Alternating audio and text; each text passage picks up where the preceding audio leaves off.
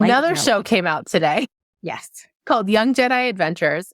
It's great. It's so cute. It's definitely aimed at a younger demographic. It's aimed at the 6-year-old crowd, the It's Disney actually Junior crowd.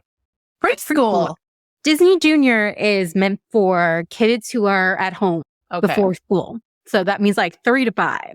Okay. It is aimed for the 3 to 5-year-olds. And when I tell you, I binged it. I loved it.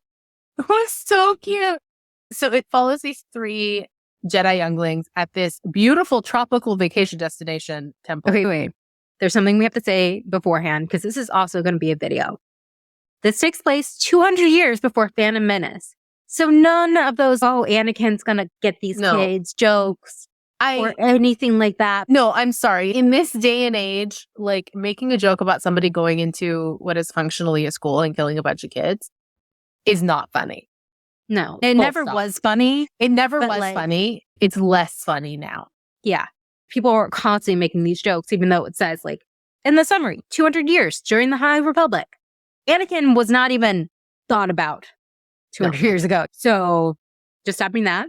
So it's these 3 younglings at their idyllic little temple on Tanu, I think is the name of the world. Yeah. They're living their best lives. Living their best lives. There's like beaches, there's palm trees. It's a great place to live. So it's Kai, Lys, and Nubs, which we're going to get to Nubs. We're going to get to Nubs in a second. And their friend, Nash, who is a child pilot. She's like with her little droid. She's so cute. She's a 6-year-old with her own starship. Her parents run a shipping company, so she just has her own tiny ship and she conveys them around.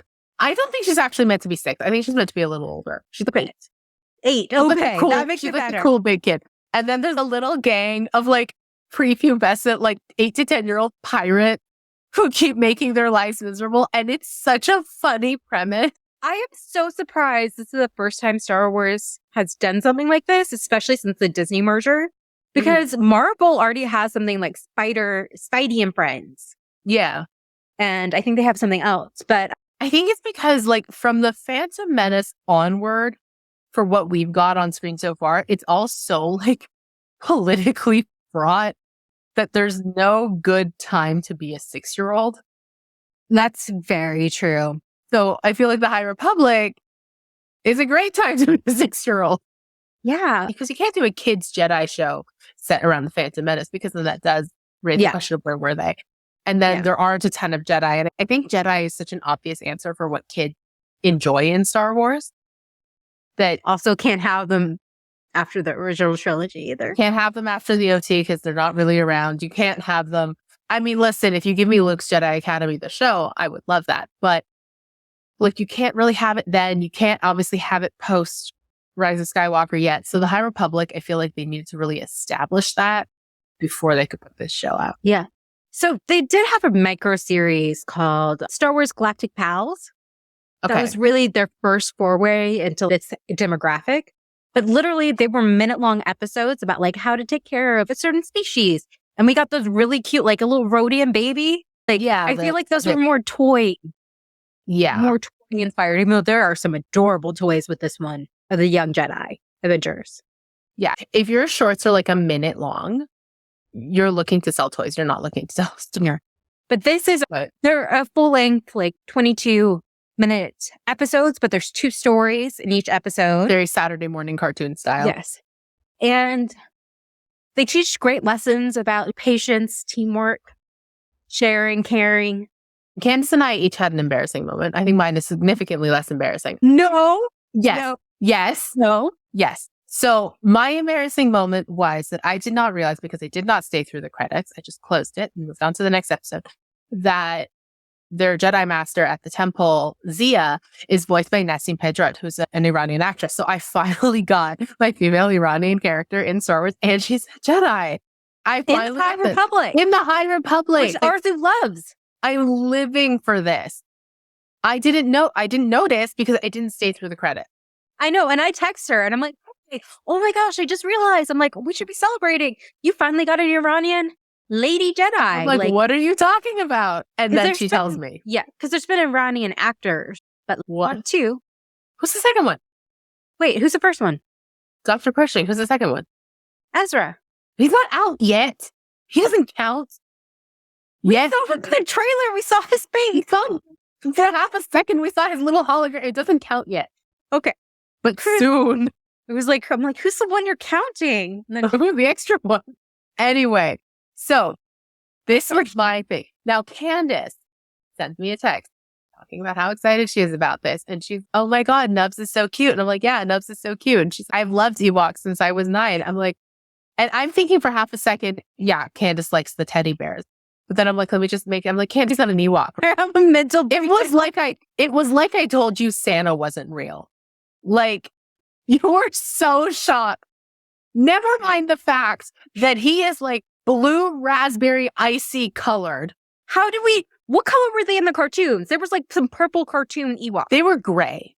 They were gray. They were wearing purple. They were not like radioactive purple. They were like a grayish purple, which is like a color that occurs in nature. Damn, they were. Okay, they were just wearing bright colors. They have colorful clothing, but they are not radioactive the way Nubs is.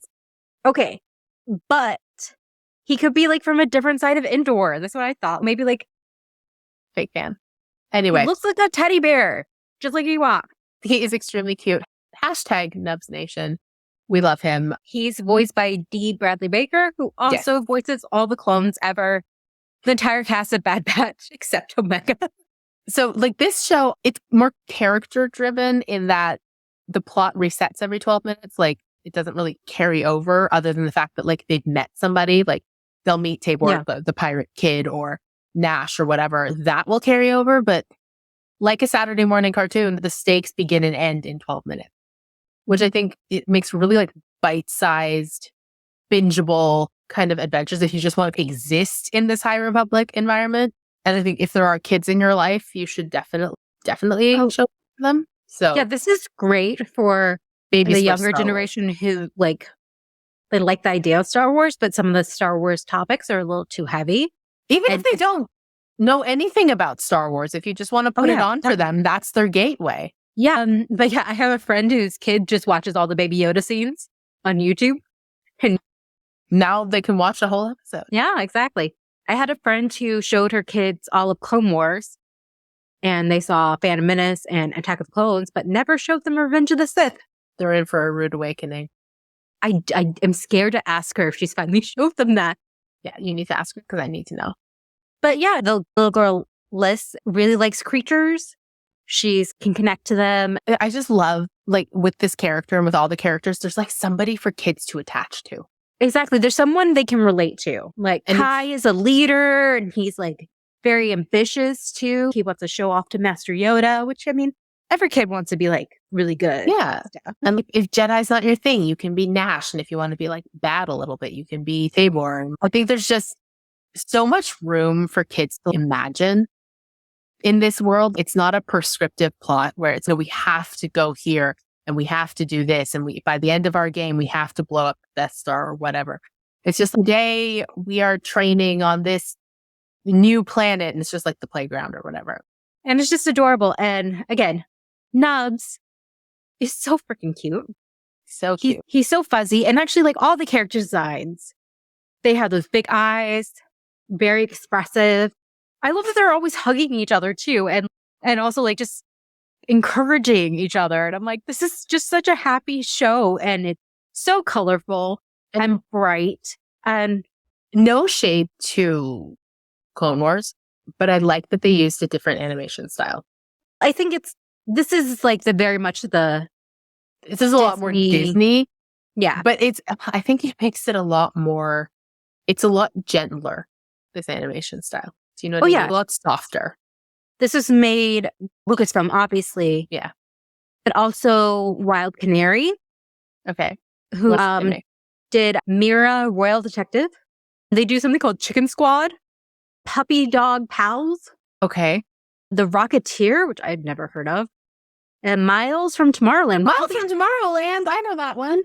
I haven't seen it, but I know it. But it's very much that art style with the big heads and the smiling faces. And, you know. I feel like if I was even like a bit older, 6 or 7, I feel like if I was older, I would be obsessed with this show.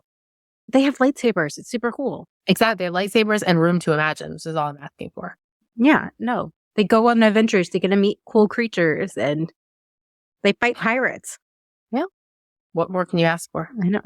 All right. Anything else you want to add? Remember what the pirates do is they steal a bunch of fruit to sell for a profit. And it's like the stakes are so low, but the kids are so upset because it was supposed to be at the festival shared with everyone. And then they share with him in the end. I'm like, listen, good show is a good show. Yeah, no, Arezou and I were texting. It's so cute. It's so cute. Anyway, Star Wars Visions just emotionally devastated us. And then we needed Young Jedi Adventures put us back together. It was a palate cleanser. I cannot wait until the gifs of Nubs dancing comes out because I'm going to use that for every happy reaction from now on. Oh, good. Something to look forward to. Because he does like this little dance. It's because he's so cute. It's cute. If you're watching this on YouTube, you can subscribe. Thank you. And may the 4th be with you.